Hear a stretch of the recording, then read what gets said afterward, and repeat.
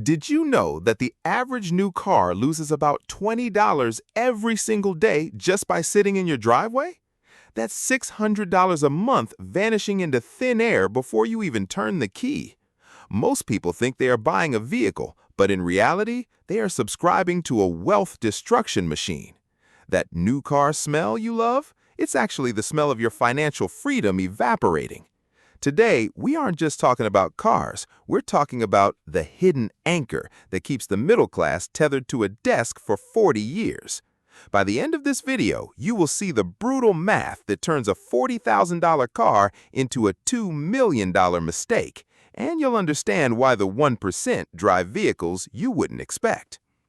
Before we get into the numbers, we have to address the why. Why do we feel this desperate need to drive something shiny, new, and expensive? It's because the car has become the ultimate social trophy. In our modern world, we use our cars to tell a story to strangers we will never meet.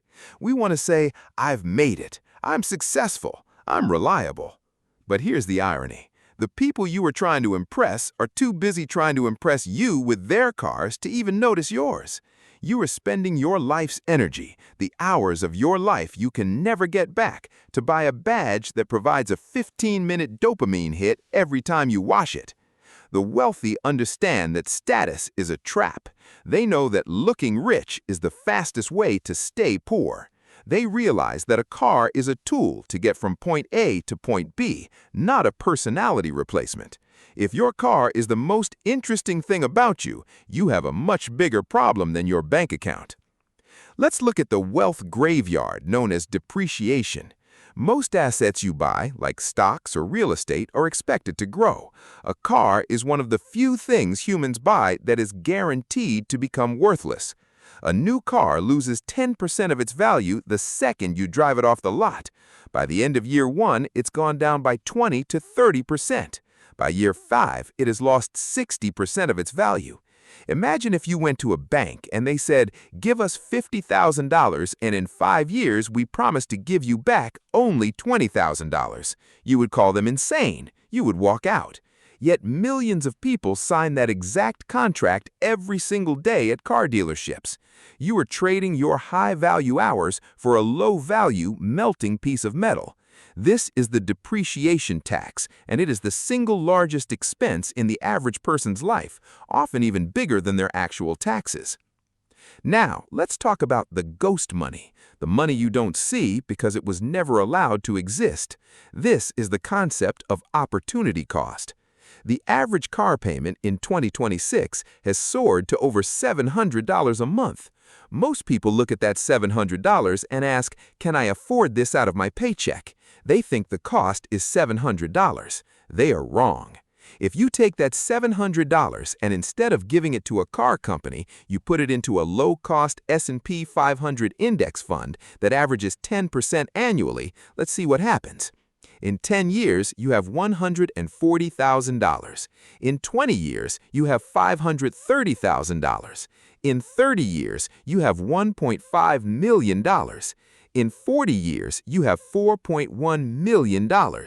That BMW or Audi isn't costing you $60,000. It is costing you $4 million of your retirement. Every time you upgrade to a new car just because your lease is up, you are effectively pushing your retirement by 5 to 10 years. You are choosing to look rich in your 30s so you can be a servant in your 70s. Is the heated steering wheel really worth $4 million? It gets worse. Most people don't even buy the car with their own money. They use consumer debt. They take out a 72-month loan or even an 84-month loan. By the time they finish paying off the interest, the car is worth less than the remaining balance on the loan. This is called being underwater. You are paying interest on a dying asset. It is the definition of financial insanity. Then there's the luxury maintenance trap. A luxury car doesn't just cost more to buy, it costs more to keep.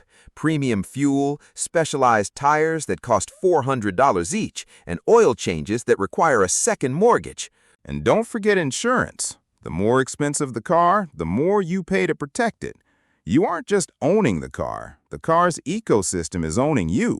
You are working for the insurance company, the oil company, and the mechanic. If you look at the Millionaire Next Door study, you'll find a surprising truth.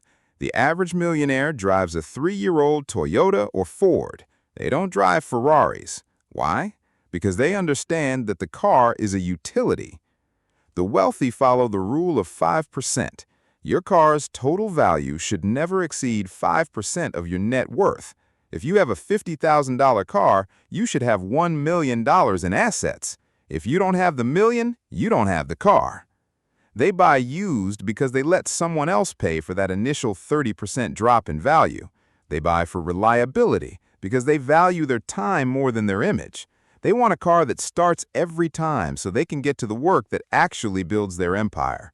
They don't want to spend their Saturday at the dealership negotiating a new lease. They want to spend it analyzing a real estate deal. So, how do you fix this today? First, stop the new car cycle. If you have a car that works, keep it. Drive it until the repair costs exceed the value of the car. Second, if you need a car, buy a depreciation-proof vehicle. Look for models that hold their value well and have low maintenance costs. Third, take the difference between what you could pay for a luxury car and what you actually pay for a reliable one and automate that difference into an investment account.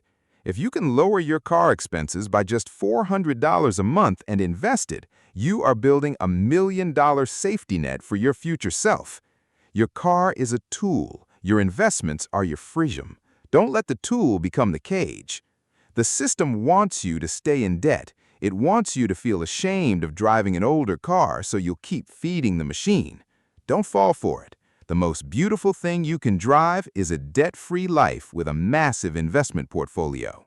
True luxury isn't a badge on a grill. It's the peace of mind that comes from knowing you don't have to work another day in your life if you don't want to. If you're ready to stop buying social trophies and start building a real empire, hit that subscribe button. We're exposing the hidden math of wealth, one drawing at a time.